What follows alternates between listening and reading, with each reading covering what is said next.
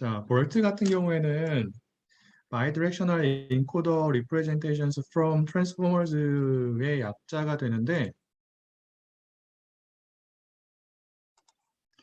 일단 트랜스포머를 이용을 했죠. 그리고 트랜스포머가 갖고 있는 인코더 부분과 디코더 부분 중에서 인코더 부분을 사용을 한 것을 이름을 보고 우리가 알 수 있고요. 여기 바이디렉셔널이 왜 붙었냐면 트랜스포머가 무엇을 기반으로 한 인코더, 디코더 모형이기 때문에 바이디렉션이라고 하는 표현이 붙었을까요?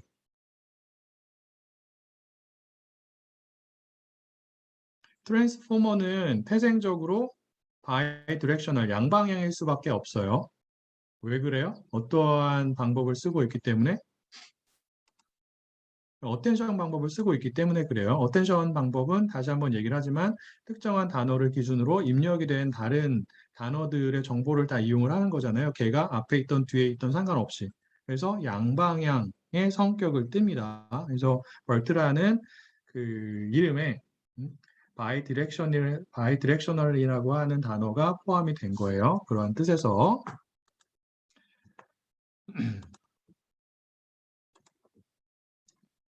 자, 볼트의 가장 큰 목적이 무엇이냐면 여러분들이 그 이미지 분석에서 사전학습 모형들을 공부를 했잖아요. 근데 이전까지는 볼트가 나오기 전까지는 텍스트 분야에서는 사전학습 모형이 그렇게 크게 많이 사용되지 않았었어요.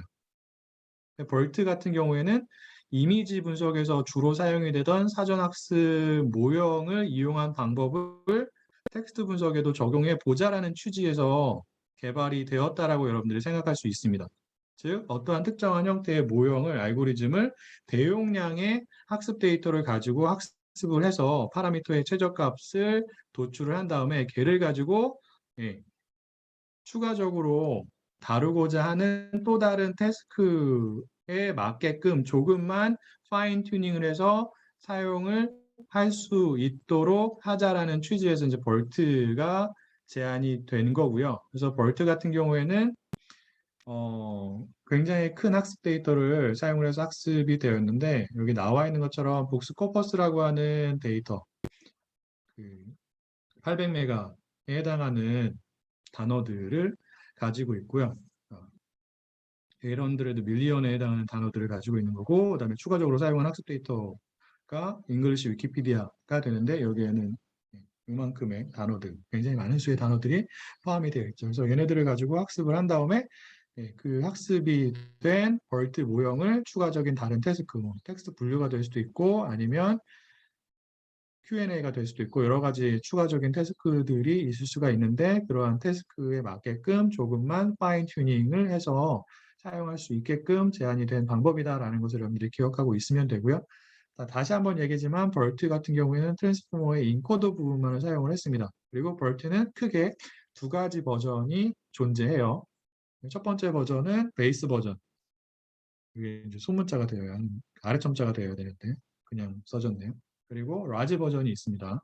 그래서 베이스 버전은 이렇게 되고요. 그 다음에 라지 버전은 이렇게 됩니다. 여기서 L이 의미하는 게 무엇이냐면 인코더 블럭의 수예요. 자, 트랜스포머에서는 인코더 블럭을 몇 개를 사용했죠? 트랜스포머에서는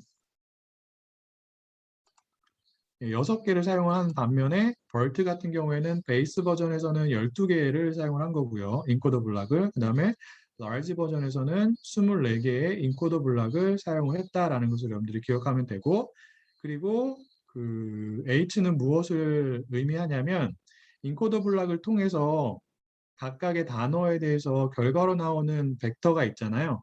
그러한 벡터를 벌트에서는 히든 스테이트 벡터라고 표현을 했는데 그러한 히든 스테이트 벡터의 크기 혹은 차원의 수가 어떻게 되냐면 베이스 버전은 768, 그 다음에 large 버전은 1024가 됩니다. 트랜스포머에서는 얼마였죠? 이 H의 값이 트랜스포머에서는 512였어요. 여러분들이 트랜스포머의 구조하고 비교해서 기억을 하는 게 필요한 거죠. 그 다음에 요 A는 무엇이냐면 멀티헤드 어텐션에서 사용이 된 어텐션의 수를 의미합니다. 그래서 베이스 버전에서는 멀티 헤드 어텐션에서 어텐션을 12개를 사용을 했고요. 라지 버전에서는 16개를 사용을 했고 트랜스포머에서는 멀티 헤드 어텐션으로 몇 개의 어텐션을 사용을 했죠? 트랜스포머에서 A의 값은 얼마였어요? 8개였어요. 그래서 기본적인 트랜스포머의 구조보다 좀 더 복잡한 인코더 부분을 사용을 한 것이 트랜스포머를 기반으로 한 벌트라고 생각하면 되는 거고요. 그래서 전체적인 파라미터의 수가 베이스 버전 같은 경우에는 110 밀리언이 되는 거고 라지 버전은 340 밀리언이 됩니다. 그래서 이러한 두 가지 버전이 존재한다라는 거고 작동하는 방식은 동일하기 때문에 여기서는 좀 더 간단한 베이스 버전을 가지고 벌트 모형이 어떠한 원리에 의해서 어떠한 과정을 통해서 작동을 하는지를 설명하도록 하겠습니다. 자, 전체적인 벌트 모형의 구조는 간단하게 그리면 이렇게 표현할 수 있어요. 요거는 이제 해당 논문에서 사용을 한 그림이 됩니다. 근데 여기 그림에 잘못된 부분이 있어요. 그게 뭐냐면 여기 마지막 부분에 세퍼레이션을 의미하는 추가적인 토큰이 들어가 있어야 돼요. 그래서 벌트 같은 경우에는 학습 과정에서 어떠한 입력 데이터를 입력을 받았냐면 서로 다른 두 개의 문장으로 구성이 되어 있는 데이터를 입력을 받았습니다. 그리고 그러한 서로 다른 두 개의 문장으로 구성이 된 입력 데이터가 어떠한 식으로 입력이 됐냐면 일단 월드피스 토크나이저를 이용해서 각각의 문장들을 토크나이제이션을 했고요. 결과로 단어와 비슷한 결과물이 나오겠죠. 걔네들만을 입력값으로 사용을 한 게 아니라 거기에 추가적으로 두 가지 종류의 특정한 토큰을 사용을 했습니다. 첫 번째 토큰이 무엇이냐면 클래시피케이션을 의미하는 CLS라고 하는 토큰을 사용을 했고요. 그래서 얘를 가장 처음 부분에 추가를 했고 그 다음에 문장을 구분하는 목적으로 사용이 된 토큰이 무엇이냐면 separation을 의미하는 SEP라고 하는 토큰이 사용이 되었어요. 그래서 얘는 두 번 사용이 돼요. 첫 번째 문장과 두 번째 문장 사이에 한 번 들어가고요. 그리고 두 번째 문장 다음에 한 번 더 사용이 됩니다. 서로 다른 두 개의 문장이 토크나이제이션이 돼서 그리고 CLS라고 하는 토큰과 SEP라고 하는 토큰이 추가가 돼서 이런 식으로 벌트에 입력이 되는 거예요. 그래서 이게 첫 번째 문장을 구성하고 있는 토큰들이 되는 거고요. 이게 두 번째 문장을 구성하고 있는 토큰들이 됩니다. 그리고 벌트가 적용이 되죠. 보면은 각각의 토큰들에 대한 인베딩 정보가 들어가요. 이 인베딩 정보가 어떤 식으로 구성이 되는지는 조금 이따가 설명을 할 텐데 기본적으로 트랜스포머를 바탕으로 하고 있기 때문에 오리지널한 인베딩 정보 플러스 어떠한 인베딩 정보를 사용을 하겠어요? 각각의 토큰에 대한 최종적인 인베딩 벡터를 생성을 할 때 위치 정보, 포지셔널 인베딩 벡터를 사용을 합니다. 근데 벌트에서는 추가적인 인베딩 벡터를 하나 더 사용을 했어요. 그래서 사용이 된 게 전체적으로 세 가지가 돼요. 그 세 가지가 무엇인지, 추가적으로 사용이 된 게 무엇인지는 조금 이따 다시 설명을 하도록 하겠습니다. 어쨌든 간에 그러한 세 가지의 서로 다른 인베딩 정보를 다 더해서 하나의 최종적인 인베딩 벡터를 각각의 토큰에 대해서 생성을 하고 그렇게 생성이 된 인베딩 벡터가 벌트의 입력값으로 들어가죠. 자, 벌트는 별다른 게 아니라 트랜스포머에서 사용이 된 인코더 블락을 여러 개 반복적으로 쌓은 게 벌트가 되는 거예요. 그래서 벌트 베이스는 인코더 블락을 몇 개를 쌓았다고요? 12개를 쌓은 거죠. 그리고 하나의 인코더 블락은 서로 다른 몇 개의 서브 레이어로 구성이 되어 있어요. 여러분들 기억하죠? 우리가 트랜스포머에서 공부했잖아요. 하나의 인코더 블락이 있으면 가장 처음에 뭐가 나와요?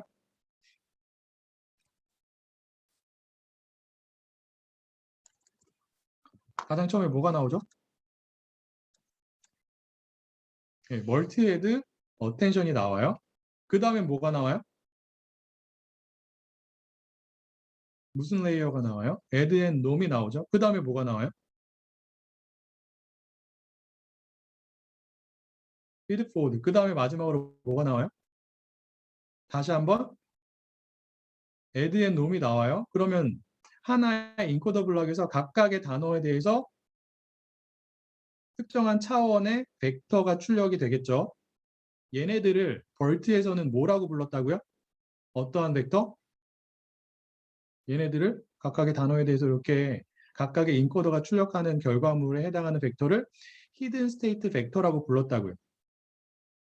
그리고 히든 스테이트 벡터의 차원이 몇 차원이에요? 베이스 버전 같은 경우에는 우리가 앞에서 살펴봤죠.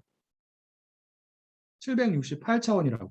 그 얘기는 무엇을 의미하냐면 이 히든 스테이트 벡터의 차원만 768차원이 아니라 인코더 블럭에 입력이 된 각각의 토큰에 대한 이 임베딩 벡터의 차원도 몇 차원이다라는 것을 의미하는 거예요.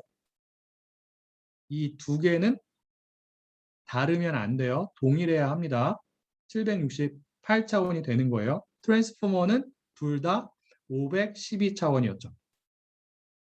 그래서 이러한 768차원의 히든 스테이트 벡터를 출력하는 인코더 블럭이 기본 버전에서는 12개가 사용이 되었다. 어쨌든 간에 최종적으로 마지막 12번째 인코더 블럭에서 각각의 토큰에 대해서 768차원의 히든 스테이트 벡터를 출력하게 됩니다. 그게 지금 이 그림에 나와 있죠. 얘네들이에요. 얘네들이 뭐냐면 벌트를 구성하고 있는 마지막 인코더 블럭에서 각각의 토큰에 대해서 출력을 하는 768차원, 기본형 같은 경우에 768차원의 히든 스테이트 벡터가 됩니다. 얘네들을 이용해서 특정한 태스크를 수행을 한 거예요. 벌트는. 어떠한 태스크를 수행할 수 있다고요? 텍스트 분류, Q&A, Natural Language Inference, NER, Relation Extraction 이러한 작업들을 얘네들을 가지고 한 거라고. 별게 아니 이게 다예요. 굉장히 간단하죠. 벌트.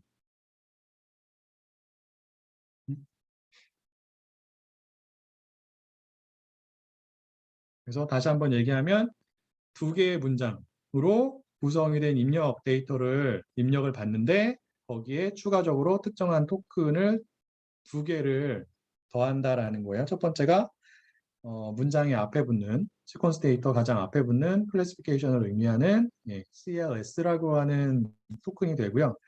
이 토큰에 대한 그 벌트가 출력하는 최종적인 히든 스테이트 같은 경우에는 어떠한 정보를 담고 있을까요? 얘는 RNN이나 LSTM의 경우로 비추어 보자면 마지막 단계에서 사용이 된 적용이 된 RNN 층이 출력하는 히든 스테이트 벡터 혹은 LSTM 층이 출력하는 히든 스테이트 벡터랑 유사한 역할을 합니다. 어떠한 정보를 담고 있는 거예요? 입력이 된 전체의 시퀀스 데이터에 대한 정보를 담고 있다고. 그래서 여러분들이 분류와 같은 작업을 할 때는 이 여러 개의 히든 스테이트 벡터들 중에서 어떠한 히든 스테이트 벡터만 사용하면 되는 거예요? 입력된 시퀀스 데이터를 분류하는 작업을 한다라고 했을 때 해당 시퀀스 데이터를 구성하고 있는 각각의 단어들에 대한 히든 스테이트 벡터 정보를 다 사용할 수도 있죠, 물론. 하지만 벌트에서는 어떠한 토큰에 대한 히든 스테이트 벡터 정보만을 사용을 했을까요? CLS에 대한 히든 스테이트 벡터 정보만 사용했어요. 왜? 걔가 어떠한 정보를 담고 있기 때문에 입력이 된 전체의 시퀀스 데이터에 대한 정보를 담고 있기 때문에 그렇습니다. 그리고 그 시퀀스 데이터가 하나의 문장이라면 혹은 하나의 문서라면 이 CLS에 대한 히든 스테이트 벡터를 무엇으로 사용할 수 있는 거예요? 그러한 문장의 임베딩 벡터 혹은 문서의 임베딩 벡터로 사용할 수 있는 거예요. 그러면 분류와 같은 작업을 할 수 있을 뿐만 아니라 문장 혹은 문서 간의 유사도를 파악할 수도 있고 유사도를 파악하게 되면 어떠한 작업을 할 수가 있어요? 여러분들 기계학습 시간에 배웠죠? 어떠한 작업을 할 수 있어요? 군집화 작업을 할 수 있죠. 그렇게 응용을 하면 되고요. 그다음에 문장을 구분하는 역할 혹은 시퀀스 데이터의 끝을 알리는 역할을 하는 SEP라고 하는 토큰도 추가가 되었다라는 것을 기억하면 되고요. 자, 그리고 아까 제가 간략하게 설명을 했었죠. 언급을 했었어요. 벌트 같은 경우에는 트랜스포머에서 사용을 한 두 가지 종류의 임베딩 벡터 이외에 각각의 토큰에 대해서 추가적인 하나의 임베딩 벡터를 더 사용을 한다. 그래서 총 종류가 다른 세 가지의 임베딩 벡터를 사용을 하고 걔네들을 다 더해서 최종적인 임베딩 정보로 인코더 블락에 입력을 하게 된다라고 얘기를 했는데 추가적으로 사용이 되는 임베딩 벡터의 정보가 무엇이냐면 얘예요. 센텐스 임베딩. 이 센텐스 임베딩은 세그멘트 임베딩이라고도 표현을 합니다. 얘는 별게 아니라 벌트 같은 경우에는 서로 다른 두 개의 문장으로 구성이 된 그 시퀀스 데이터를 입력을 받잖아요. 네. 각각의 토큰이 첫 번째 문장에 속하느냐 아니면 두 번째 문장에 속하느냐를 나타내기 위해서 사용이 된 임베딩 벡터라고 생각하면 돼요. 별게 아닙니다. 그래서 보통 얘네들은 0으로 표현을 하고요. 첫 번째 문장이기 때문에. 그리고 두 번째 문장 같은 경우에는 1로 표현을 합니다. 그리고 트랜스포머에서 사용을 했던 원래 토큰의 임베딩 정보, 그 다음에 포지셔널 임베딩 정보가 추가적으로 사용이 되고 걔네들을 같은 자리에 있는 원소들끼리 더해서 역시나 마찬가지로 기본형 같은 경우에는 768차원의 임베딩 벡터가 최종적으로 생성이 되는 거죠. 일반적으로는 서로 다른 두 개의 문장, 벌트에서는 서로 다른 두 개의 문장을 입력 시퀀스 데이터로 사용을 했는데 하나의 문장만 입력을 해도 상관이 없어요. 그래도 벌트는 작동을 합니다. 하나의 문장을 어떻게 입력할 수 있는지는 이따가 실제 코드를 보면서 설명을 하도록 하겠습니다. 그래서 벌트의 그 내부 구조는 굉장히 심플하죠. 베이스 버전은 아까 말한 것처럼 인코더 블락이 12개가 사용이 된 버전이고요. 그리고 인코더 블락에는 아까 말한 것처럼 서로 다른 서브 레이어가 4개 존재하는 거고요. 라지 버전은 그러한 인코더 블락이 24개 사용이 된 겁니다. 그래서 다시 한번 얘기하지만 라지 버전에서는 각각의 토큰에 대해서 1024에 해당하는 히든 스테이트 벡터가 최종적으로 출력이 된 거고요.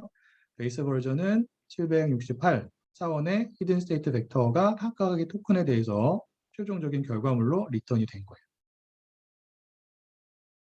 중요한 게 뭐냐면 그러니까 구조는 굉장히 간단한데 벌트 관련해서 여러분들이 이제 중요하게 기억을 해야 되는 거, 열심히 공부를 해야 되는 부분이 무엇이냐면 벌트가 갖고 있는 여러 가지의 파라미터들이 있을 거잖아요. 그러한 파라미터들이 어떻게 학습이 되었는지에 대해서 신경을 써서 공부를 열심히 해야 됩니다. 벌트 같은 경우에는 서로 다른 두 가지 태스크를 이용해서 학습을 했어요. 첫 번째 태스크는 무엇이냐면 여기 나온 것처럼 마스크드 랭귀지 모델, 랭귀지 모델이긴 한데 마스킹 기법을 사용을 한 거예요. 이건 별게 아니라 입력이 된 두 개의 문장으로 구성이 된 시퀀스 데이터가 있잖아요. 걔를 구성하고 있는 여러 개의 토큰들이 있을 텐데 그 중에 일부를 마스크라고 하는 특정한 토큰으로 대체를 합니다. 그리고 그렇게 대체가 된 단어가 원래 단어가 무엇인지를 예측하는 작업을 우리가 뭐라고 하는 거예요? 마스크드 랭귀지 모델이라고 하는 거예요. 분류의 작업이라고 생각하면 돼요. 여러 개의 단어들 중에서 하나를 맞히는 거죠. 이따가 구체적인 예를 보여주도록 하겠습니다.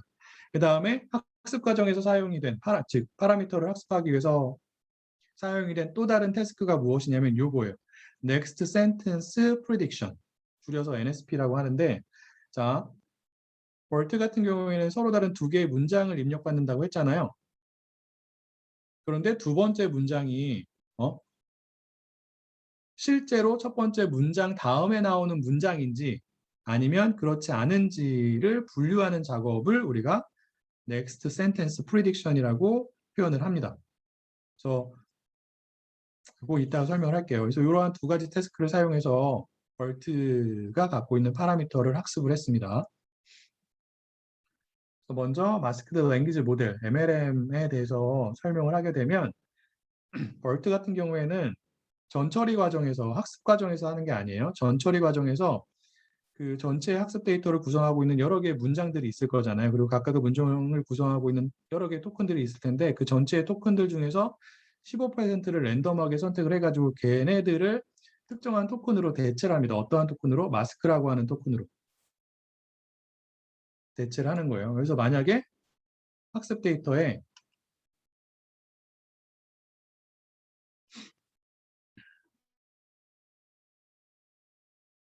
뭐 이렇게 하나의 문장이 있으면 얘네들이 이제 세 개의 토큰으로 구성이 되어 있다라고 표현할 수 있잖아요. 이 중에서 몇 퍼센트를 15%를 랜덤하게 선택을 해가지고 어떠한 토큰으로 대체를 한다고요? 마스크 토큰으로 대체를 한다고요. 예를 들어가지고 15% 안에 얘가 선택이 되었어. 그럼 얘를 그대로 쓰는 게 아니라 마스크라고 하는 특정한 토큰으로 대체를 한 다음에 학습 과정에서 예, 이 토큰 자리에 원래 존재하는 단어가 무엇인지를 예측하는 작업을 한다고요. 그러한 태스크를 뭐라고 부른다고요?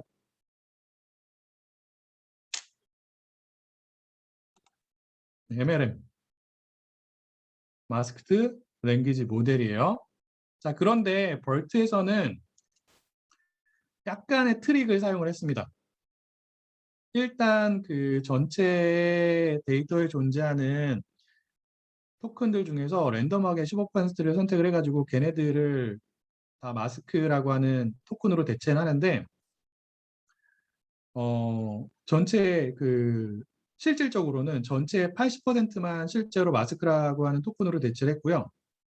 랜덤하게 선택이 된 15% 중에서 10%는 학습 데이터에 존재하는 또 다른 의미의 토큰, 단어로 대체를 했고 나머지 10%는 원래의 단어를 그대로 사용을 해서 학습을 했어요.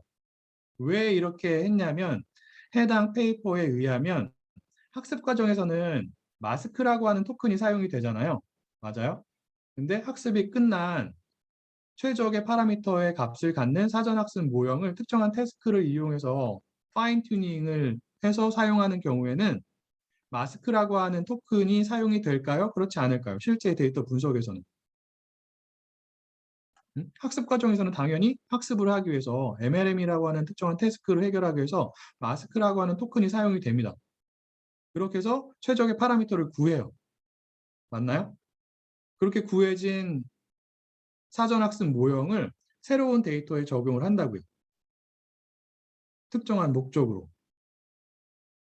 그래서 파인 튜닝을 해가지고 그 태스크를 해결을 하는 식으로 보통 이제 우리가 벌트를 사용하게 되는데 파인 튜닝을 하는 경우에는 마스크라고 하는 토큰이 사용이 될까요? 되지 않을까요? 새롭게 학습을 하긴 하지만 사용하지 않습니다. 알겠어요? 즉 학습 과정하고 파인 튜닝 과정에서의 미스매치가 있다고요. 어떠한 미스매치? 학습 과정에서는 마스크라고 하는 토큰이 사용이 된 반면에 파인 튜닝에서는 사용되지 않는다라고 하는 미스매치가 있기 때문에 이러한 미스매치로 인해서 발생하는 문제를 완화하기 위해서 이 저자들이 이러한 방법을 쓴 거예요. 전체 15%를 다 마스크라고 하는 토큰으로 대체한 게 아니라 그 중에 80%만 마스크로 실질적으로 대체를 한 거고 나머지는 예, 학습 데이터에 존재하는 또 다른 토큰으로 대체를 한다든지 아니면 일부는 원래의 토큰으로 대체를 하는 방법을 사용을 했어요. 근데 왜 80대, 10대, 10의 비율을 사용했는지는 저도 잘 모르겠어요. 그 부분은 페이퍼에 설명이 안 나왔던 것 같아요. 그래서 마스크 토큰의 학습 과정에서 마스크 토큰에 대한 그 베이스 버전 같은 경우에는 마지막 12번째 히든 그 인코더 블락이 리턴하는 마스크 토큰에 대한 히든 스테이트 벡터가 있겠죠. 맞아요?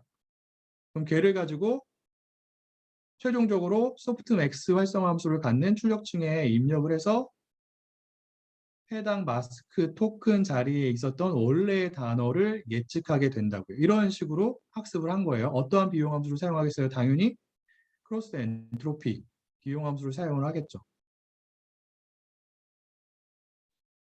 자, MLM의 과정을 좀 더 구체적인 예를 가지고 설명을 해보도록 하겠습니다. 학습 데이터에 My dog is cute and it has a long tail이라고 하는 하나의 문장이 있다라고 가정을 할게요. 자, 전 처리 과정에서 이 중에 몇 퍼센트를 마스크라고 하는 토큰으로 바꾼다고요? 15%를 일단 바꿔요. 응? 일단은 15%를 바꾼다고. 근데 동일한 이 문장이 학습 과정에서 한 번만 사용이 돼요? 여러 번 사용이 돼요?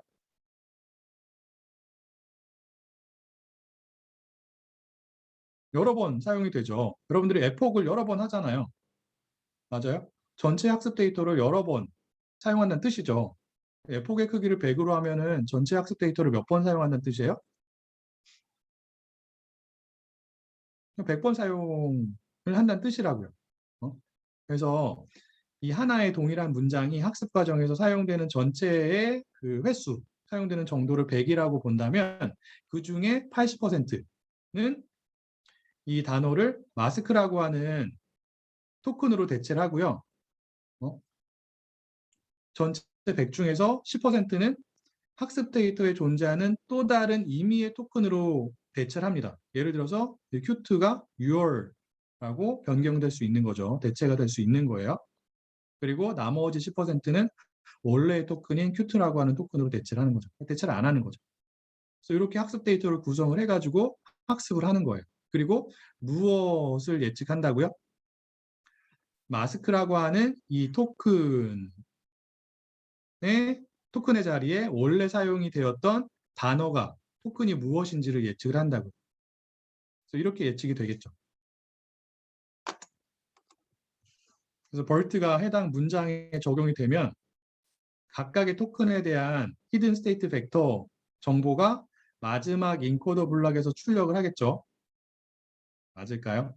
그리고 베이스 버전 같은 경우에는 다시 한번 얘기하지만 이 각각의 토큰에 대한 히든 스테이트 벡터의 차원이 768차원이 되는 거예요. 우리가 관심 있는 게 뭐예요? 얘라고요, 얘. 마스크 토큰에 대한 히든 스테이트 벡터. 얘도 역시나 마찬가지로 768차원이에요. 베이스 버전 같은 경우에는. 얘를 가지고 어떠한 작업을 하는 거예요? 분류 작업을 한다고. 해당 자리에 원래 사용이 된 토큰이 무엇인지를 예측을 해요. 그러한 작업을 하기 위해서 소프트맥스 활성화 함수가 사용이 된 출력층을 이용하게 되는 거죠. 자, 그럼 출력층에는 몇 개의 노드가 있어야 돼요?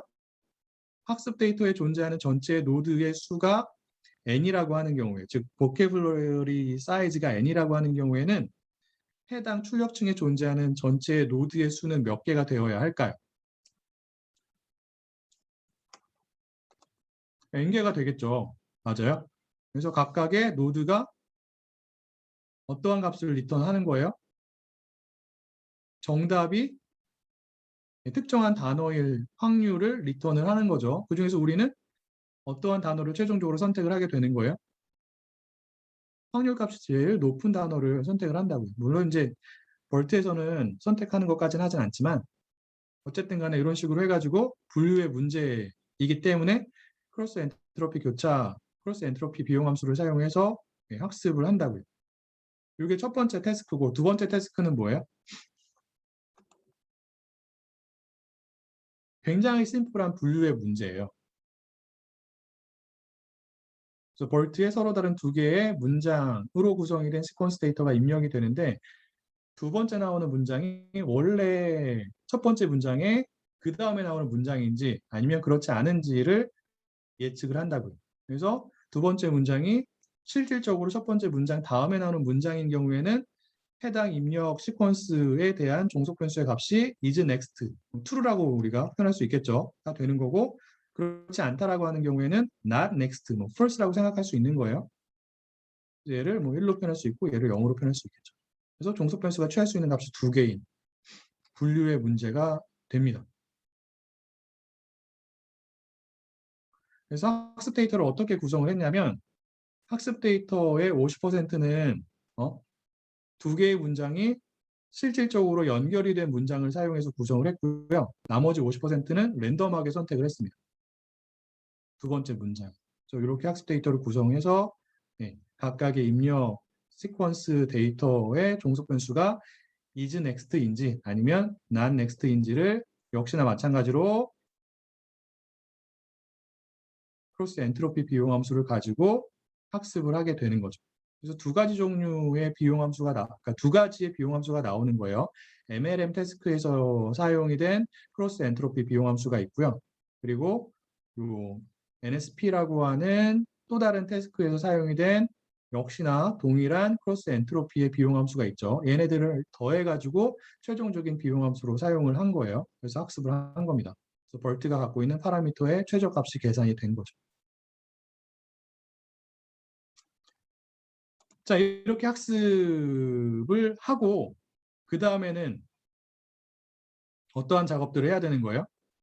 얘를 특정한 태스크, 그러한 태스크를 우리가 다운스트림 태스크라고 합니다.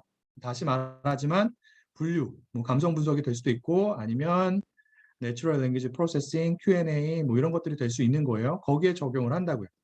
그래서 벌트 페이퍼에서는 어떠한 작업들에 적용을 했냐면 첫 번째로 패러프레이징, 하나의 문장이 있으면 걔를 비슷한 의미를 갖는 다른 문장으로 변환하는 것을 우리가 이제 패러프레이징이라고 하잖아요. 이제 그러한 작업에도 사용을 했고요. 무엇을요? 사전 학습이 된 벌트를. 그리고 내추럴 랭귀지 인퍼런스, 영어로는 이제 그 인테일먼트라고도 표현을 합니다. 그래서 두 개의 문장이 있을 때 두 개의 문장이 서로 비슷한 의미를 담고 있는지 뭐 그렇지 않은지라고 여러분들이 간단하게 생각할 수 있어요. 그다음에 Q&A 그리고 텍스트 클래시피케이션. 그 벌트 페이퍼에서는 센티멘트 어널리시스에 적용을 했어요. 그래서 이러한 다운스트림 태스크를 풀기 위해서 어떠한 데이터셋을 사용을 했냐면 NLP에서 굉장히 많이 사용이 되는 대표적인 데이터셋이 됩니다. 그래서 첫 번째가 글루라고 하는 데이터셋이 되고요. 글루 같은 경우에는 특정한 하나의 태스크에 대한 하나의 데이터셋만 존재하는 게 아니에요. 여러 가지 다른 종류의 여러 가지 다른 데이터셋이 존재합니다. 그래서 글루에 포함이 된 데이터셋에는 무엇이 있냐면 인텔먼트, 즉 내추럴 랭귀지 인퍼런스 관련된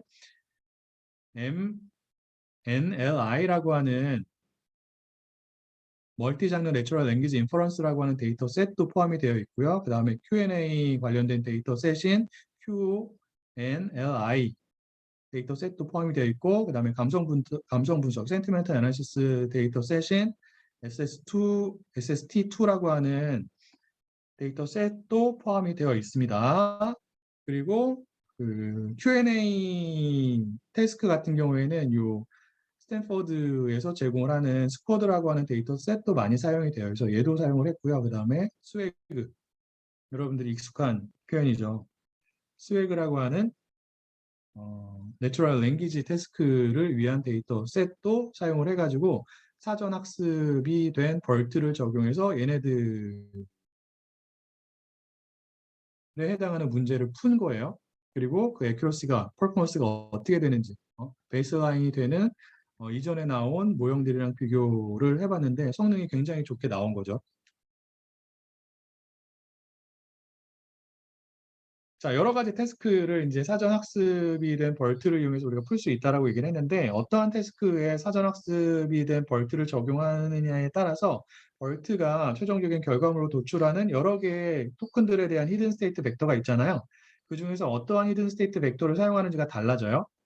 다시 한번 얘기하지만 문서 전체에 대한 어떠한 태스크를 수행하는 경우에는 모든 토큰에 대한 히든 스테이트 벡터를 사용하는 게 아니라 어떠한 토큰에 대한 히든 스테이트 벡터만 사용하면 된다고요?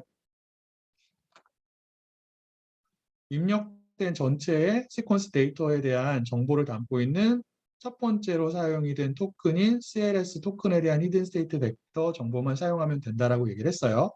그래서 문서의 분류나 아니면 내추럴 랭귀지 인퍼런스와 같은 태스크에서는 그러한 CLS 토큰에 대한 히든 스테이트 벡터 정보만을 사용을 하게 됩니다. 그리고 모든 단어에 대한 히든 스테이트 벡터 정보를 다 사용을 해야 되는 태스크는 어떤 게 있냐면 이런 게 있죠. 사실 모든 단어는 아니에요. 여러분들이 관심 있는 단어에 대한 히든 스테이트 벡터 정보만을 사용하면 됩니다. 그래서 NER, Named Entity Recognition 작업에서는 각각의 토큰에 대한 히든 스테이트 정보를 다 사용을 해가지고 이것도 분류의 작업이 되는 거죠. 해당 단어의 네임드 엔티티가 뭐 사람인지 장소인지 이런 것들을 판단하는 작업을 수행하게 됩니다. 그리고 Q&A 태스크 같은 경우에는 입력된 두 개의 문장들 중에서 두 번째 문장에 대한 정보만을 사용해서 작업을 수행하게 되고요. 그래서 이런 것들은 구글에서 검색을 해보면 관련된 그 설명을 담고 있는 블로그나 유튜브 동영상들이 많이 있기 때문에 여러분들이 찾아보면 어렵지 않게 공부를 하고 이해를 할 수 있어요. 그래서 각각의 태스크에 관심 있는 사람들은 추가적인 정보를 찾아서 공부를 해보기를 바라고요.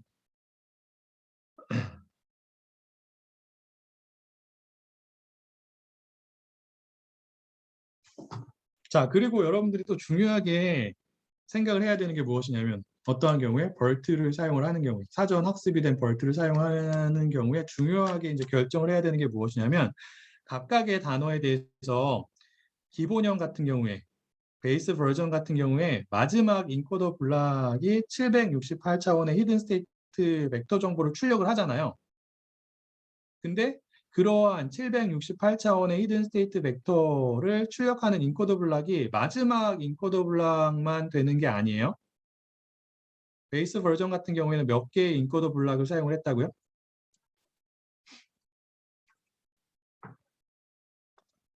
12개를 사용을 했죠.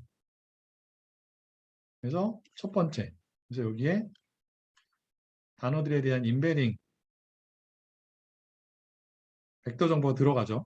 첫 번째 인코더 블락을 통하면 각각의 단어에 대해서, 각각의 토큰에 대해서 768차원의 히든 스테이트 벡터가 하나씩 나오죠. 걔네들이 두 번째 인코더 블락의 입력 값으로 들어가서 역시나 마찬가지로 두 번째 인코더 블락이 또 다른 768차원의 히든 스테이트 벡터를 리턴을 합니다. 쭉 해서. 그래서 마지막 12번째, 두 번째, 첫 번째. 얘도 역시나 마찬가지로 최종적으로 각각의 토큰에 대해서 768차원의 히든 스테이트 벡터를 리턴을 해요. 그럼 여러분들이 어떠한 태스크를 풀기 위해서는 특정한 토큰의 히든 스테이트 벡터 정보를 사용을 해야 되잖아요. 그게 뭐 CLS 토큰이 될 수도 있고 아니면 뭐 문장을 구성하고 있는 시퀀스 데이터를 구성하고 있는 어떠한 토큰에 대한 히든 스테이트 벡터가 될 수 있을 텐데 그러한 경우에 특정한 토큰에 대한 어떠한 히든 스테이트 벡터를 사용을 해야 될까요? 마지막 12번째 인코더 블락이 리턴하는 이 768차원의 히든 스테이트 벡터를 사용하면 될까요? 아니면 첫 번째 인코더 블락이 리턴하는 768차원의 히든 스테이트 벡터를 사용하면 될까요? 아니면 다른 방법을 사용하는 게 더 좋을까요? 벌트 페이퍼도 제가 올려줬죠. 읽어본 사람이 있어요. 아마 시간이 별로 없어서 파이널 프로젝트 하느냐고 시간이 별로 없어서 읽어보지 못한 사람들이 대부분일 텐데 어쨌든 간에 읽어봤거나 그렇지 않거나 여러분들이 개슨할 수 있겠죠. 어떠한 히든 스테이트 벡터 정보를 사용을 할 것 같아요. 특정한 다운스트림 태스크를 푸는 경우에 예를 들어서 분류의 문제를 푼다라고 하는 경우에 우리가 CLS 토큰에 대한 히든 스테이트 벡터 정보를 사용을 해야 되는 거잖아요. 마지막 인코더 블락에서 리턴이 되는 벡터 정보를 사용을 할까요? 아니면 다른 인코더 블락에서 리턴을 하는 히든 스테이트 벡터 정보를 사용을 하게 될까요?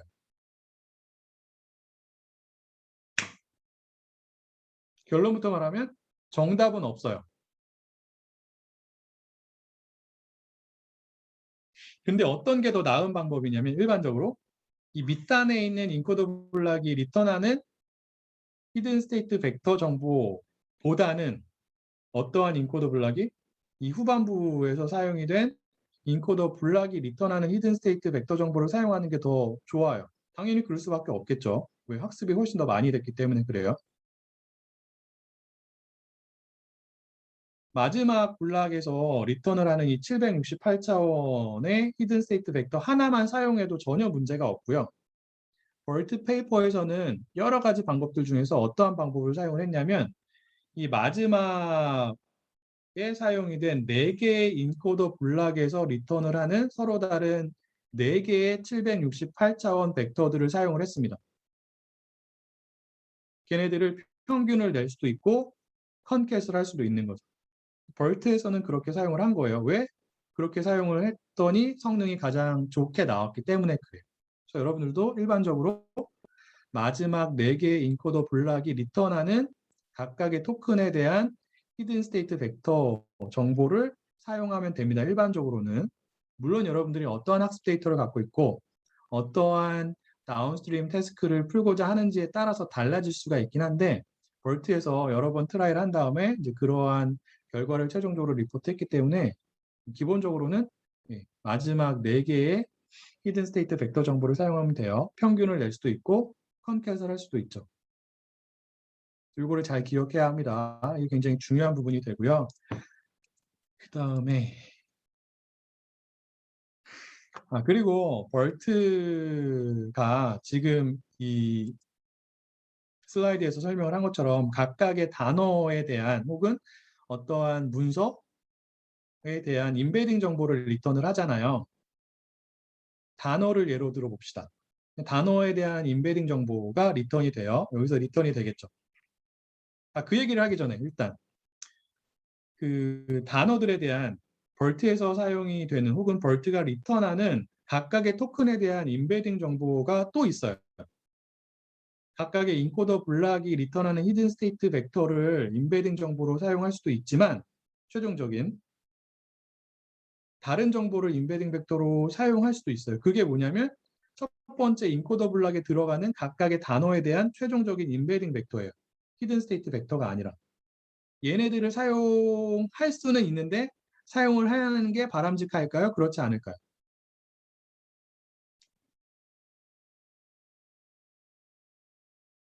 응? 얘네들을 바람직하지 않아요. 얘네들은 셀프 어텐션이 적용이 된 결과물이에요? 아니에요? 서로 다른 3가지 인베딩 정보를 사용했죠. 단어의 원래 인베딩, 그 다음에 세그멘트 인베딩, 그 다음에 포지셔널 인베딩 3가지 정보들을 그냥 더한 거예요. 셀프 어텐션이 적용된 게 아니라고요. 그럼 어떠한 정보가 포함이 안 되어 있어요? 단어들의 상대적인 위치 정보 혹은 단어들의 관계 정보가 들어가 있지 않아요. 그래서 얘네들은 단어들의 최종적인 인베딩 벡터로 사용을 한다 그렇지 않다? 얘네들은 사용하지 않습니다. 아까 말한 것처럼 보통 일반적으로 마지막 4개의 인코더 블락에서 출력을 하는 히든 스테이트 벡터 정보들을 이용해서 각각의 토큰 혹은 단어들의 최종적인 인베딩 벡터로 사용을 하는 거예요. 자, 여러분들 그 단어를 인베딩하는 방법에 대해서 혹시 들어본 적이 있어요? 그러한 방법을 우리가 월드 인베딩 방법이라고 표현을 하죠. 월드 인베딩 방법에 가장 일반적으로 많이 사용이 되는 방법이 어떠한 방법일까요? 자연어 처리 혹은 텍스트 분석에 관심 있는 사람들 혹은 텍스트 마이닝 수업에서 송민 교수님이 언급을 하셨을 수도 있어요.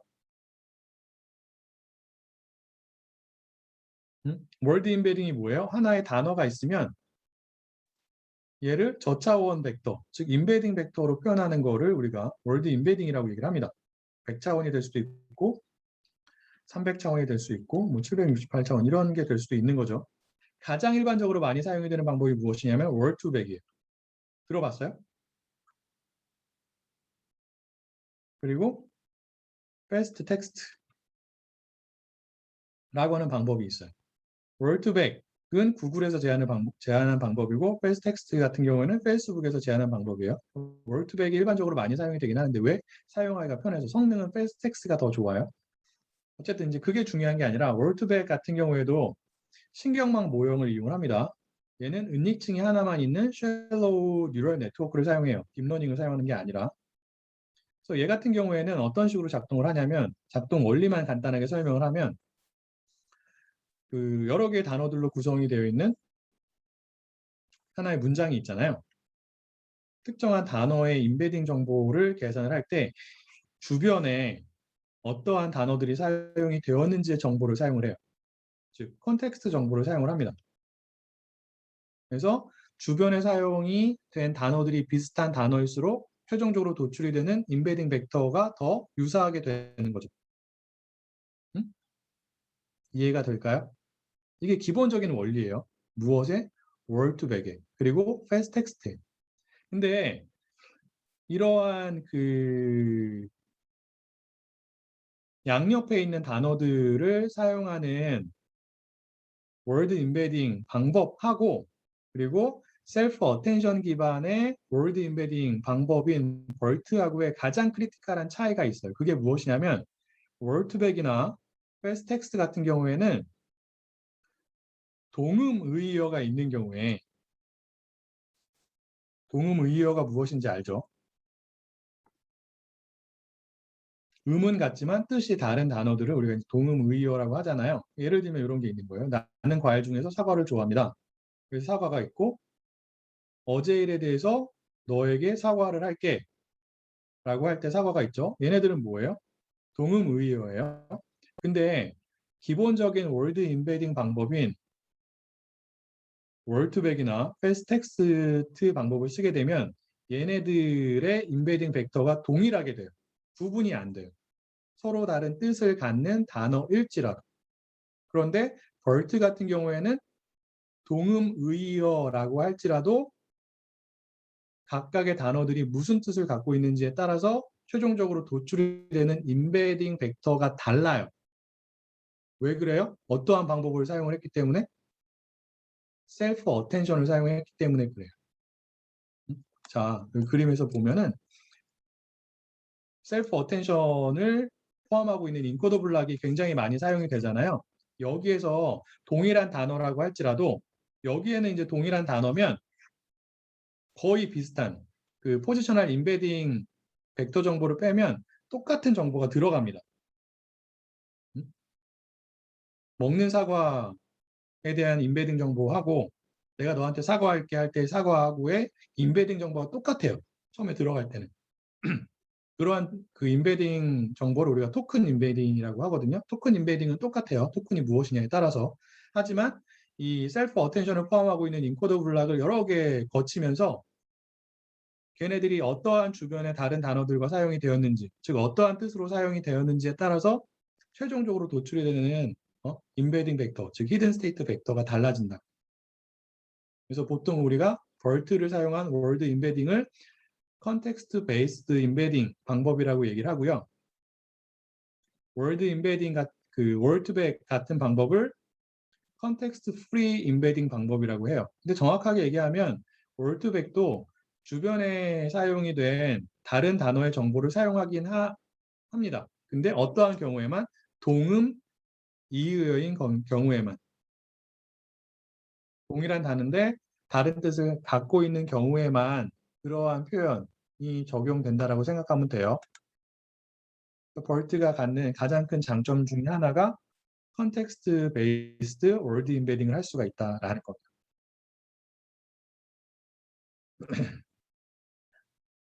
자, 여기까지가 이제 벌트에 대한 이론적인 내용이 되고요. 혹시 여기까지 질문 있을까요?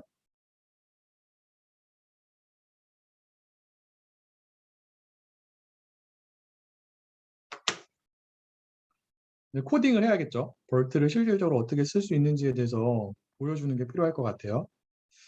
시간이 지금 이제 1시간 정도밖에 안 남았거든요. 근데 오토 인코더도 해야 되기 때문에 벌트 코딩 관련해서는 핵심적인 것만 간단하게 코딩이 그렇게 어려운 건 아니에요. 설명을 하도록 하겠습니다. 일단 쉬는 시간 없이 조금 진행을 하고 벌트 끝나고 잠깐 쉬고 그 다음에 오토 인코더에 대해서 설명을 하고 오늘 수업을 마치도록 할 텐데 자 일단 벌트 사전학습 모형을 이용하기 위해서는 여러분들이 어떠한 그 모듈을 사용하게 되냐면 허깅 페이스라고 하는 회사가 있어요. 그 회사에서 제공을 하는 트랜스포머즈라고 하는 모듈을 사용하게 됩니다.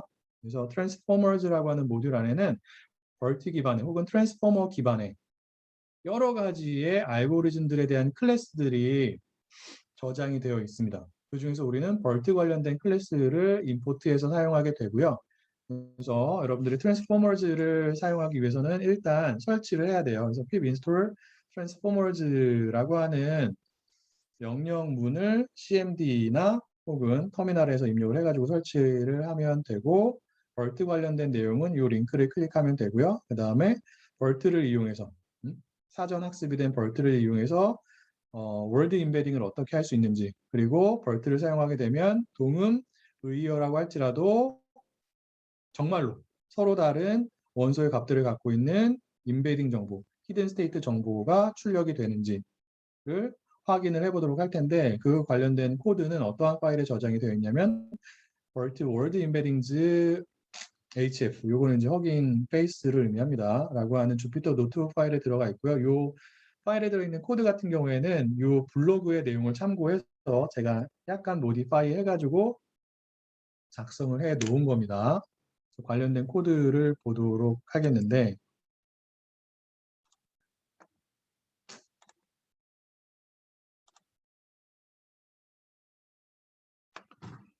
여기 없네요.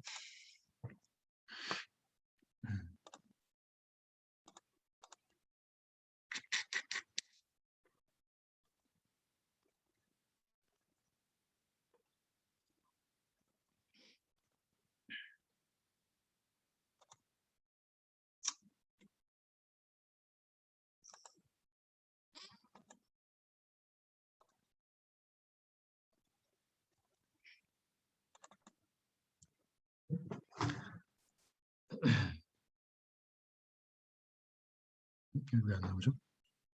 나와야 되는데.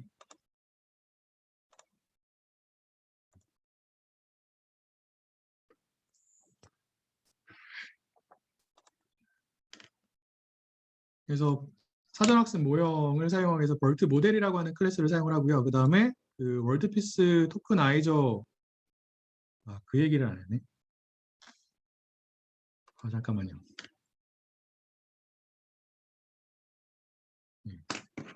코드를 보여주기 전에 아까 벌트 같은 경우에는 특정한 방식을 이용해서 토크나이제이션을 한다라고 얘기를 했잖아요. 그 방식이 뭐냐면 월드피스 토크나이저를 이용을 합니다. 월드피스라고 하는 사전을 이용을 하는데 그 사전에는 이제 300개에 대한 토큰들이 저장이 되어 있고요. 구체적인 예를 들어보면 These days word embeddings are important라고 하는 하나의 시퀀스 데이터 입력 문장이 있는데 얘를 월드피스 토크나이저를 가지고 토크나이즈를 하게 되면 결과가 어떻게 되냐면 이렇게 돼요. 근데 여기에서 중요하게 여러분들이 봐야 되는 게 무엇이냐면 요 샵이 두 개 붙은 토큰들이 있죠. 얘랑 얘랑 얘네. 얘네들은 왜 샵이 붙었냐면 그 월드피스 토크나이저가 작동하는 방식 때문에 그래요. 월드피스 토크나이저는 어떠한 식으로 작동을 하냐면 일단 어떠한 하나의 문장을 구성하고 있는 그 단어들을 도출을 한 다음에 각각의 단어들이 월드피스 토크나이저가 사용하는 사전에 존재하는지 그렇지 않은지를 확인합니다. 존재하면 하나의 단어를 하나의 토큰으로 이렇게 그 구분을 하게 되고요. 그런데 어떠한 경우에 하나의 단어가 월드피스 토크나이저가 사용하는 사전에 존재하지 않는 경우에는 추가적인 작업을 수행하게 되는데 하나의 단어를 여러 개의 서브 월드로 쪼갭니다. 그리고 그렇게 쪼개진 서브 월드가 해당 사전에 존재하는지, 즉 월드피스 토크나이저가 사용하는 사전에 존재하는지 그렇지 않은지를 파악하게 돼요. 그리고 존재를 하면 걔를 하나의 토큰으로 지정을 하게 되는 거죠. 그런데 서브 월드 같은 경우에는 그냥 걔만 가지고 하나의 토큰으로 지정을 하는 게 아니라 앞에 샵을 두 개를 붙입니다. 그래서 인베딩즈라고 하는 단어가 어디에 존재하지 않는 거예요? 월드피스 토크나이저가 사용하는 사전에 존재하지 않기 때문에 얘를 일단 여러 개의 서브 월드로 쪼갠 다음에 각각의 쪼개진 서브 월드가 해당 사전에 존재하는지를 파악을 한 거예요. 그랬더니 배드라고 하는 서브 월드는 존재하는 거죠. 그런데 이 배드라고 하는 단어 같은 경우에는 단독적인 단어가 아니라 인베딩즈라고 하는 또 다른 단어의 일부분으로 사용이 되었기 때문에 배드라고 하는 토큰 앞에 어떠한 기호를 두 개를 붙인다고요? 샵이라고 하는 특정한 기호를 두 개를 붙인다고요. 다르게 표현하면 샵이 두 개 붙으면 해당 토큰은 단독적인 단어가 아니라 즉 배드라고 하는 단어, 침대를 의미하는 배드라고 하는 단어가 아니라 어떠한 또 다른 단어의 서브 워드를 의미한다라는 것을 여러분들이 기억하면 됩니다. 이런 식으로 이제 작동을 하는 게 월드피스 토크나이저고 이러한 토크나이저를 사용한 게 벌트예요. 그러한 토크나이저를 사용하기 위해서 특정한 클래스를 임포트하는데 그게 무엇이냐면 이제 벌트 토크나이저라고 하는 클래스가 됩니다. 그래서 얘네들을 기본적으로 여러분들이 임포트를 하고요. 여기서는 파인 튜닝을 하지 않을 거예요. 사전학습 벌트 모형이 갖고 있는 파라미터의 값을 그대로 사용을 해가지고 단어들의 인베딩 정보를 추출을 해볼 겁니다. 그래서 얘네들을 임포트를 하고요. 자, 그리고 우리가 벌트 모형의 입력 데이터로 입력을 하고자 하는 시퀀스 데이터가 이렇게 하나의 문장으로 구성이 되어 있다고 가정을 할게요. 제가 아까 얘기한 것처럼 벌트에 입력이 되는 시퀀스 데이터 안에는 보통 일반적으로 두 개의 문장이 포함이 되어 있지만 반드시 그럴 필요 없다. 하나의 문장만 입력을 해도 된다라고 얘기를 했고요. 하나의 문장만 입력을 할 때는 여러분들이 특정한 토큰을 두 개를 추가를 해야 되죠. 어떠한 토큰과 어떠한 토큰? CLS 토큰과 SCP 토큰을 추가를 해야 되는데 어떠한 방식으로 추가를 하게 되냐면 이런 식으로 추가를 합니다. 그래서 문장 앞에는 CLS 토큰을 추가하고요. 문장 뒤에는 SCP 토큰을 추가를 해요. 이렇게 해야지만 여러분들이 얘를 가지고 사전학습 벌트 모형에 입력을 할 수가 있고요. 입력을 하기 이전에 먼저 토크나이저를 가지고 토크나이제이션을 수행을 합니다. 그럼 결과가 이런 식으로 나오죠. 왜 이런 식으로 나오는지는 좀 전에 설명을 했어요. 왜? 월드피스 토크나이저를 사용을 했기 때문에 그렇다라는 겁니다. 그리고 인베딩즈라고 하는 단어가 해당 토크나이저가 사용하는 사전에 존재해요? 그렇지 않아요? 지금? 존재하나요? 존재하지 않나요? 존재하지 않은 거죠. 그렇기 때문에 이렇게 쪼개져서 샵 두 개가 붙어서 나온 거예요. 그리고 얘네들을 뭐 이렇게 ID, 얘네들도 이제 다 인덱싱이 되어 있어요. 인덱싱이 어떻게 되어 있는지 인덱스 정보를 보기 위해서 이러한 코드를 수행을 하면은 CLS는 101이라고 하는 인덱스 번호를 갖고요. 뭐 DIS는 2122라고 하는 인덱스 번호를 갖는다. 뭐 이런 것들을 확인할 수가 있는 거고, 그리고 그 월드피스 토크나이저가 갖고 있는 사전 안에 존재하는 토큰의 전체의 수를 보면은 이렇게 됩니다. 3만 개가 조금 넘죠. 이러한 그 보캐블러리 사이즈를 갖고 있는 사전을 이용하는 게 월드피스 토크나이저가 된다라고 하는 거고요.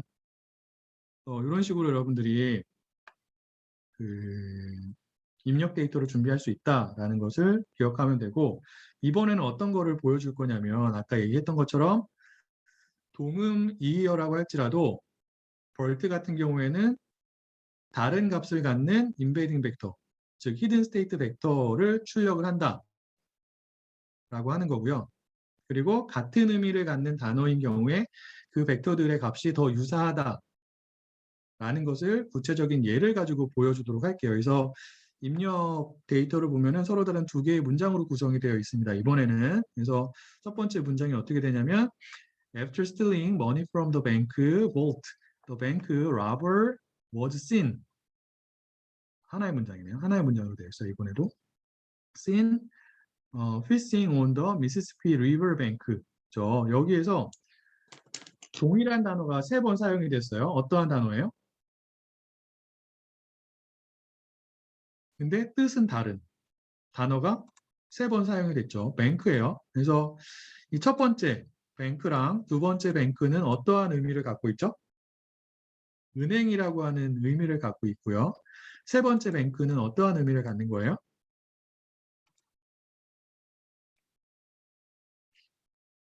리버 뱅크죠. 강둑의 의미를 갖고 있습니다.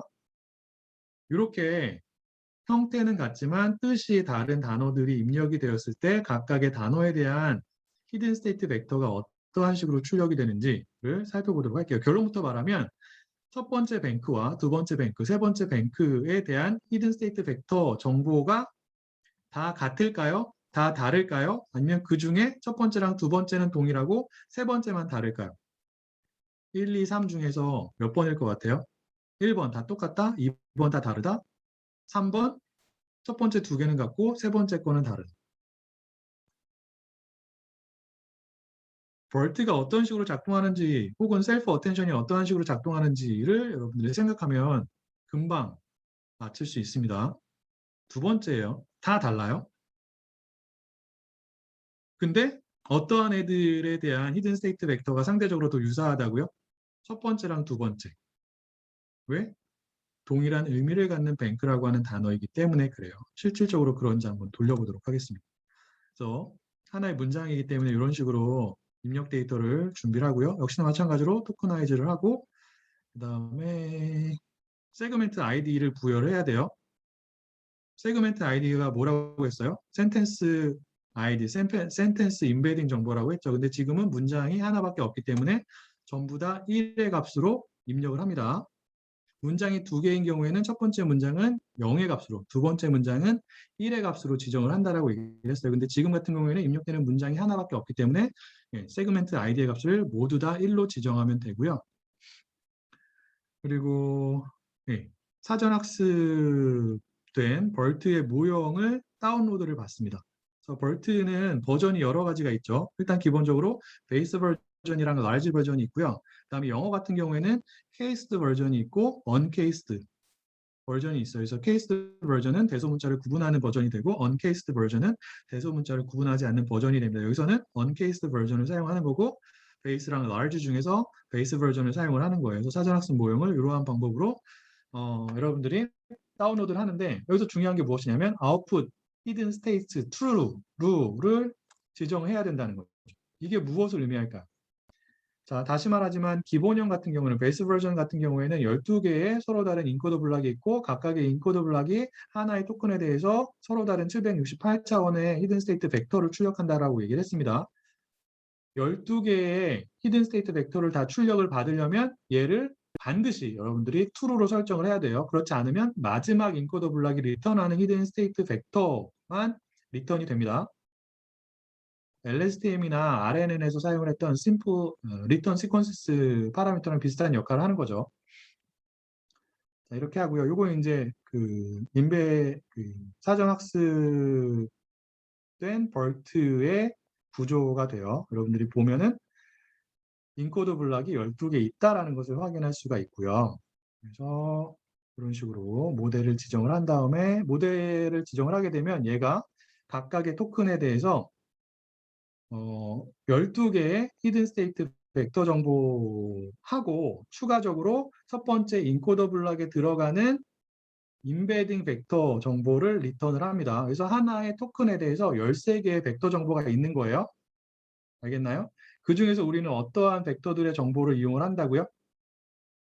보통 일반적으로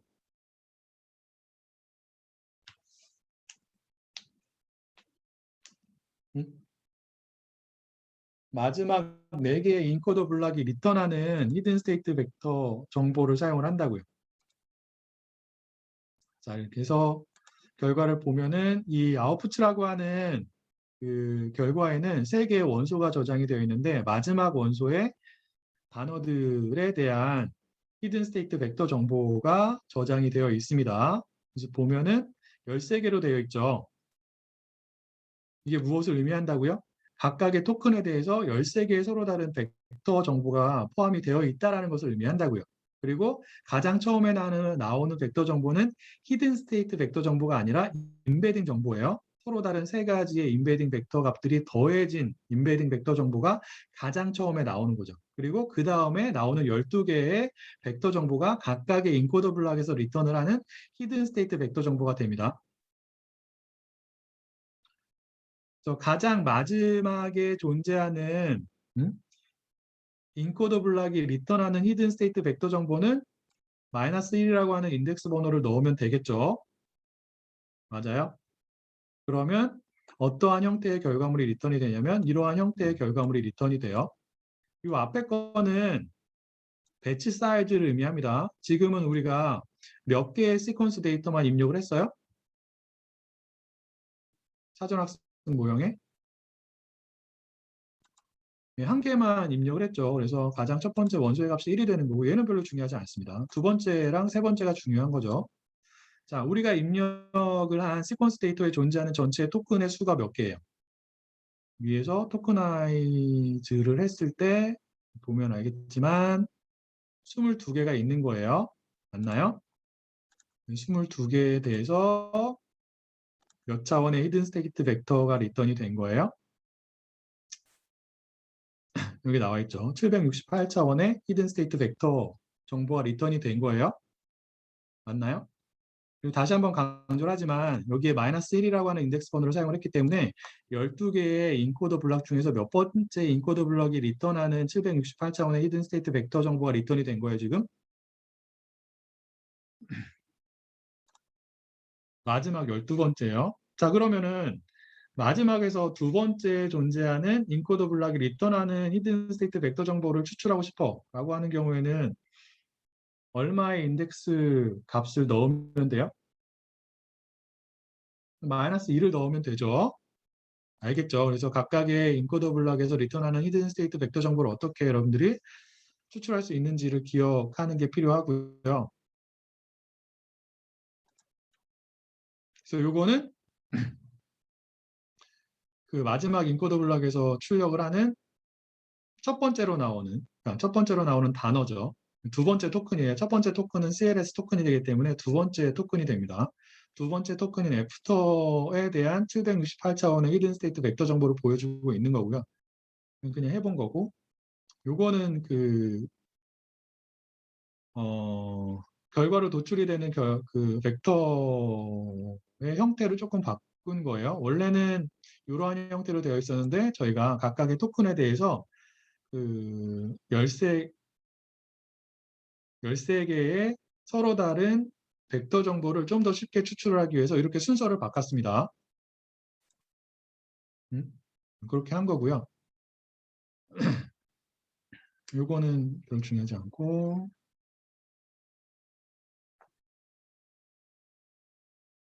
요것을 보면은 어떠한 작업을 하고 있는 거예요? 각각의 토큰에 대해서 마지막 4개의 인코더 블락이 출력하는 서로 다른 768차원 히든 스테이트 벡터들을 어떻게 하고 있어요? 여기 캐시라고 하는 펑션을 이용했죠. 다 이어붙이기를 하고 있는 거예요.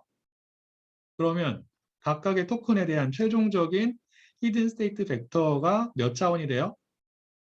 784 곱하기 4인 3072가 되는 거죠. 그래서 이 부분이 뭐예요?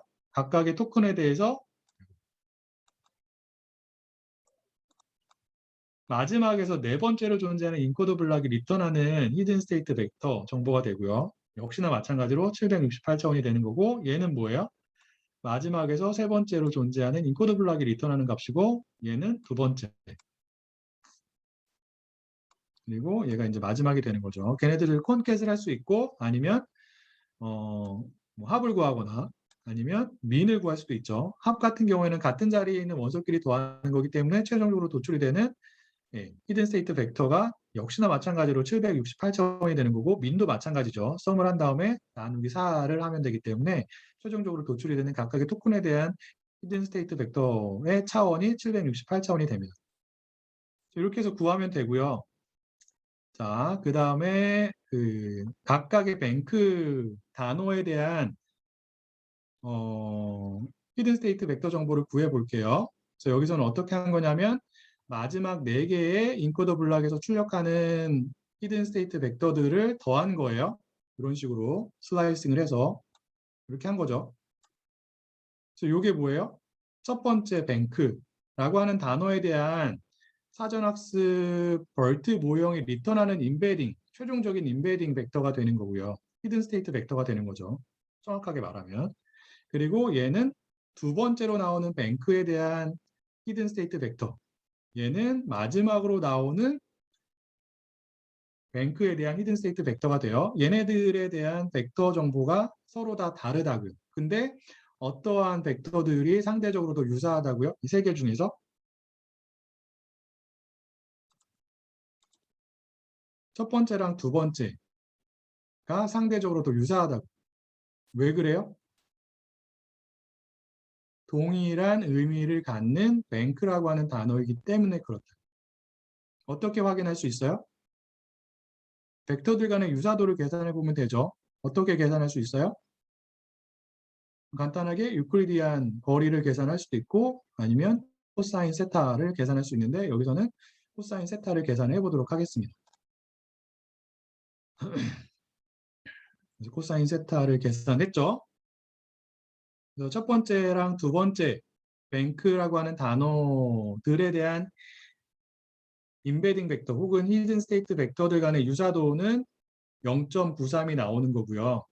그리고 첫 번째 뱅크라고 하는 단어에 대한 벡터랑 그 다음에 세 번째로 나오는 뱅크라고 하는 단어의 벡터에 대한 코사인 세타의 값을 구했더니 0.69 상대적으로 유사도가 작게 나온 거죠. 여러분들이 벌트 같은 경우에는 각각의 단어들에 대해서 컨텍스트 베이스드 임베딩 벡터 정보를 리턴을 한다. 이게 무엇을 의미하냐면 동음의어라고 할지라도 출력이 되는 벡터의 값이 다르다. 그리고 같은 단어일수록 유사한 정도가 커진다. 라고 하는 것을 기억하면 됩니다. 혹시 여기까지 질문이 있을까요?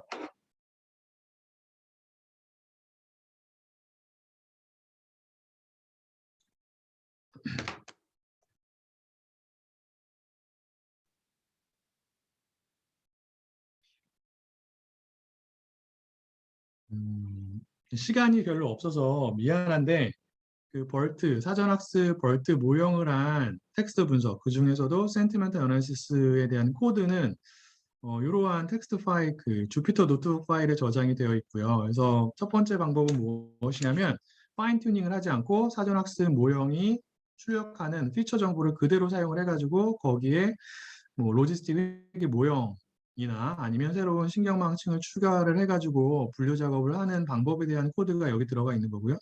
두 번째 같은 경우에는 새로운 학습 데이터를 이용해서 사전 학습 모형이 갖고 있는 파라미터를 업데이트하는, 즉 파인 튜닝하는 방법에 대한 코드가 여기 들어가 있습니다. 각각의 코드는 보면 돼요. 여러분들이 보면은 벌트가 어떻게 작동하는지를 이해를 했다면 크게 무리 없이 코드가 어떠한 식으로 작동을 하는지 또한 잘 이해할 수 있을 거라고 생각이 듭니다.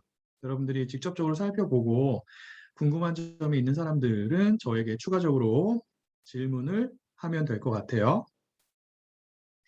자, 그리고 한글 같은 경우에도 이제 벌트를 사용할 수가 있는데 한글에 대해서 벌트를 사용할 수 있는 방법은 크게 두 가지가 있어요. 첫 번째 방법은 무엇이냐면 그 허깅 페이스에서 제공을 하는 사전학습 벌트 모형 중에서 다국어 버전 모형이 있습니다. 그 버전을 이용해서 한글 텍스트 분석을 하는 게 첫 번째 방법이고요. 관련해서는 이 두 개의 주피터 노트북 파일에 들어가 있습니다. 코드가. 그래서 역시나 마찬가지로 파인 튜닝을 할 수도 있고 아니면 파인 튜닝을 하지 않고 그냥 피처 정보만 사전학습 모형에서 추출을 해가지고 걔를 가지고 분류 작업을 할 수도 있는데 각각에 대한 코드가 서로 다른 파일에 이렇게 들어가 있고요. 근데 얘는 다국어 버전을 사용을 한다라고 했잖아요. 이 다국어 버전 같은 경우에는 어떠한 학습 데이터를 사용을 했냐면 한글로만 구성이 된 학습 데이터를 사용한 게 아니라 위키피디아에 존재하는 굉장히 여러 개의 언어들로 구성이 되어 있는 학습 데이터를 이용해서 학습을 한 버전입니다. 그래서 한글에 대해서 그 다국어 기반의 벌트 모형을 사용하게 되면 한글로만 구성이 된 사전 그 학습 데이터를 이용해서 학습을 한 사전 학습 벌트 모형을 사용하는 경우보다 모형의 성능이 떨어져요. 그래서 얘는 별로 추천되지 않습니다. 근데 여러분들이 한번 해볼 수는 있겠죠. 아, 이런 식으로 다국어 버전의 사전학습 벌트 모형을 이용해서 한글 텍스트 분석을 할 수 있겠구나 혹은 있구나 이런 것들을 이해하기 위해서는 한번 트라이를 해볼 수 있는 방법이고요. 근데 실질적인 분석에서는 모형의 성능이 그렇게 좋지 못하기 때문에 사용되지 않아요. 거의. 어떠한 방법을 쓰느냐? 일부의 회사들 혹은 일부의 개발자들이 한글로만 구성이 된 학습 데이터에 대해서 벌트를 학습시켜 놓은 버전들이 있습니다.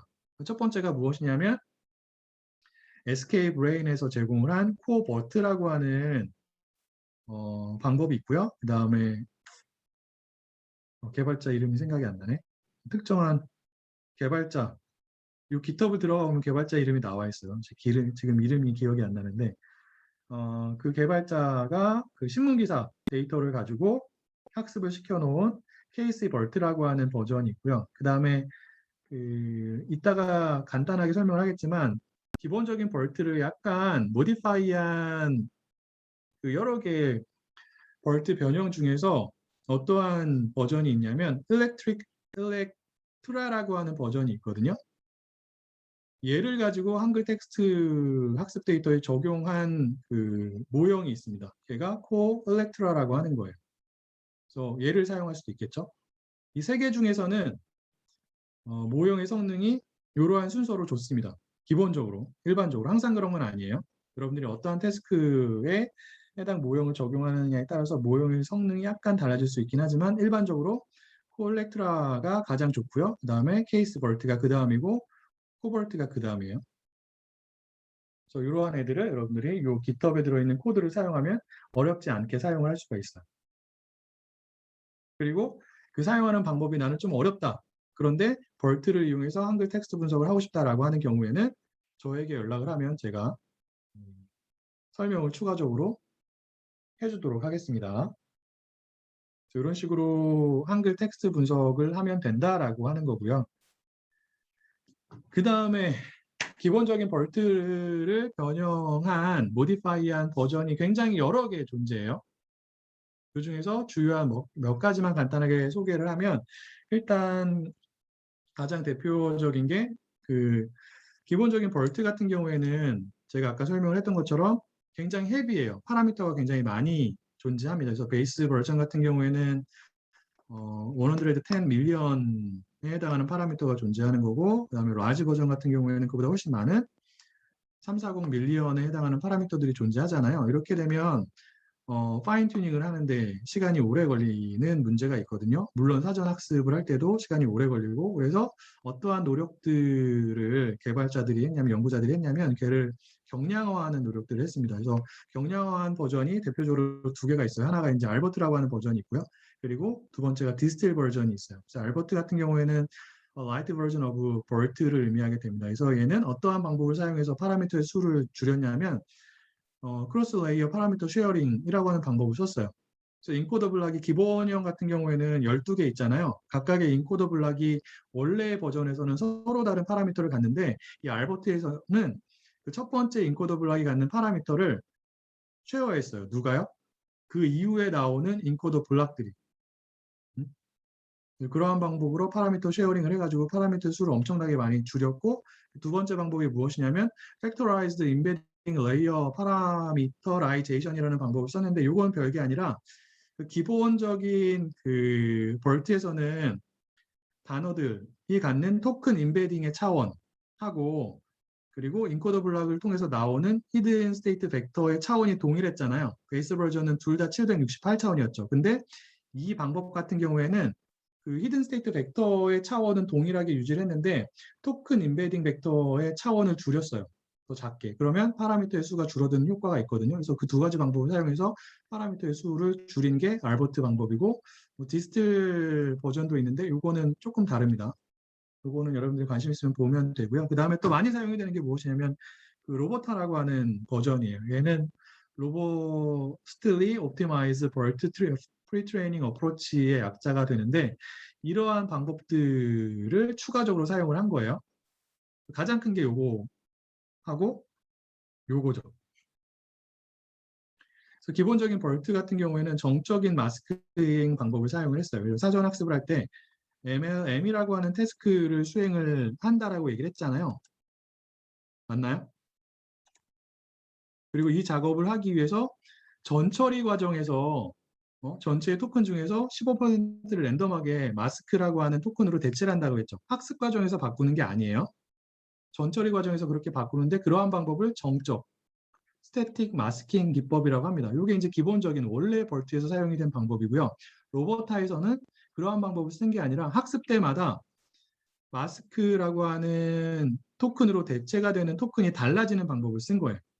그러한 방법을 동적, 다이내믹 매스킹 기법이라고 합니다. 이제 그게 첫 번째 주요한 차이가 되고요. 그리고 두 번째는 더 많은 학습 데이터를 사용을 했어요. 훨씬 더 큰 대용량의 학습 데이터를 사용을 해가지고 모형의 성능을 개선을 했고, 그 다음에 원래 벌트가 사전 학습 과정 중에서 수행을 했던 NSP에 해당하는 태스크를 사용하지 않았어요. 얘는 MLM 방법만 사용을 해서 사전 학습을 했습니다. 왜 그러냐면 많은 학자들이 벌트가 나온 다음에 얘기를 한 게 무엇이냐면 NSP라고 하는 태스크는 사실 파라미터를 옵티마이즈 하는 데 있어서 그렇게 중요한 역할을 하지 않는다라는 얘기를 많이 했고, 그러한 얘기를 실질적으로 구현한 모형 중에 하나가 얘예요. 정말로 그렇게 된 거죠. 얘를 하지 않았더니 일반적으로, 항상 그런 건 아니지만 일반적으로 모형 성능이 더 좋게 된다는 것을 로버타를 제안한 저자들이 발견을 한 거고요.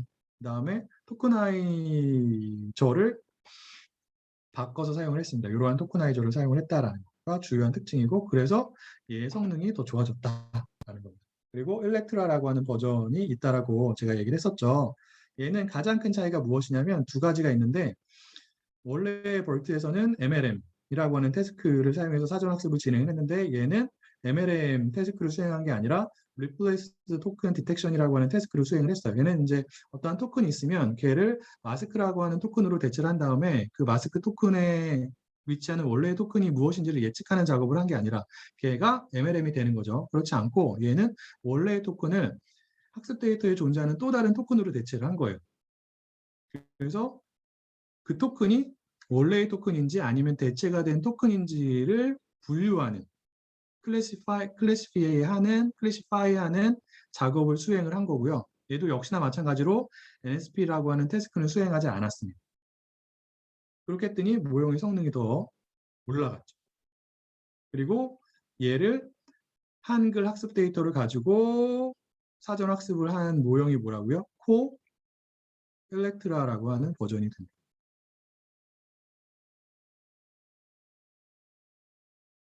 그리고 여러분들이 이제 기억을 해야 되는 또 다른 게 있는데 얘는 벌트랑 달라요. 근데 역시나 마찬가지로 트랜스포머를 어느 정도 기반으로 하고 있습니다. 그게 무엇이냐면 엑셀렛이에요.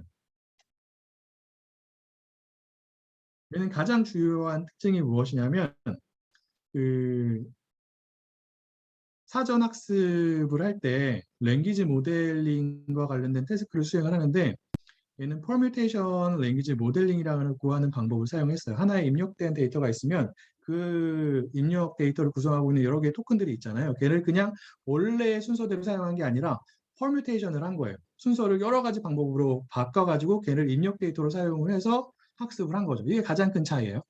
그리고 얘는 기본적인 트랜스포머를 사용한 게 아니라 트랜스포머 XL이라고 하는 버전이 있거든요. 걔를 기반으로 구축이 된 모형입니다. 얘는 벌트보다 훨씬 더 헤비해요.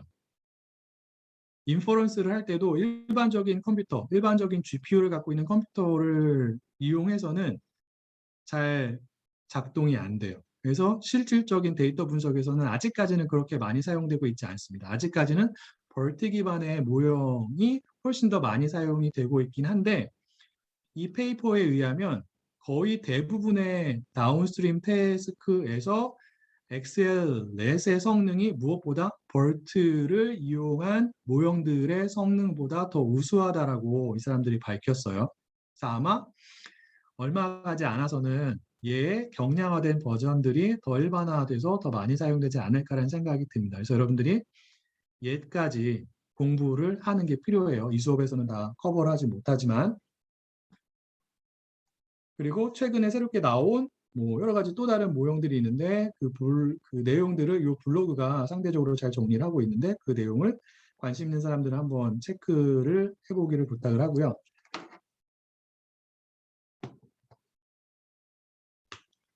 자, 여기까지가 벌트에 대한 내용이에요. 이 수업에서 다루는 뒷부분 같은 경우에는 시간이 없어서 특히 이제 코딩 관련된 내용은 스킵을 많이 했는데, 아까 말한 것처럼 코딩 자체는 그렇게 어렵지 않습니다. 무엇을 잘 이해하고 있으면 트랜스포머나 아니면 벌트가 작동하는 방식에 대해서 여러분들이 잘 이해를 하고 있다면 코딩 자체는 그렇게 어렵지 않기 때문에 관심 있는 사람들은 제가 제공을 한 주피터 노트북 파일을 한번 살펴보기를 부탁을 하고요. 혹시